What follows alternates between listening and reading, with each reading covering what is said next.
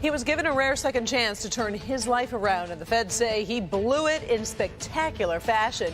Now this convicted drug dealer is facing the very real possibility of spending a huge chunk of his life behind bars.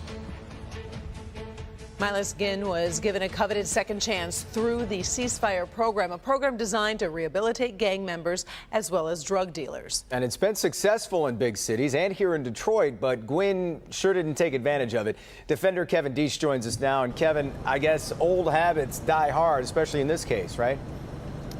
Yeah, you know, this program has helped so many young people, and it was supposed to help Miles Gwynn. He went to the meeting.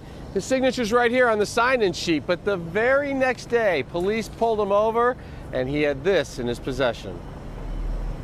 Miles Gwynn was given a break after being busted for selling drugs. Probation and the program Ceasefire, which teaches young people how to get out of gangs and become productive members of society. He signed into the class, then on the very next day, he was pulled over. Police found this in his underwear, 44 rocks of crack cocaine. Prosecutors were not happy.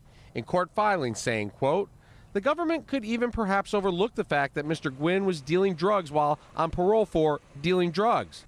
The government draws the line, however, when it affirmatively takes steps towards assisting a defendant in leading a life free of crime. And in response, the defendant doesn't just disregard the gesture, he eviscerates it with 44 individual bags of crack in his underwear.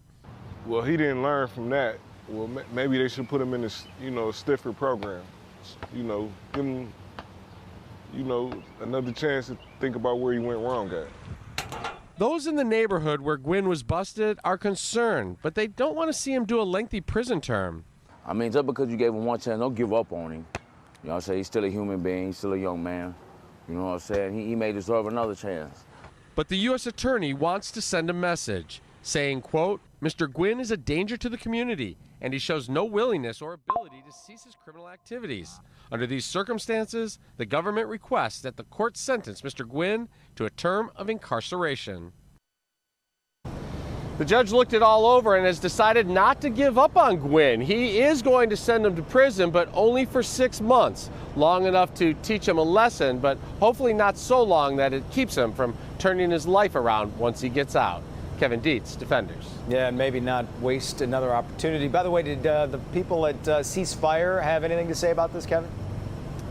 Yeah, I had a chance to talk to them. They, of course, are disappointed that Gwynn found himself in trouble again, but they just wanted to remind everybody that they are out there working all the time with young people, with gang members, and if anyone wants to get into that program, to pick up the phone and call them or go online and sign up for one of their classes. Yeah, for sure. All right, Kevin, thanks. Karen?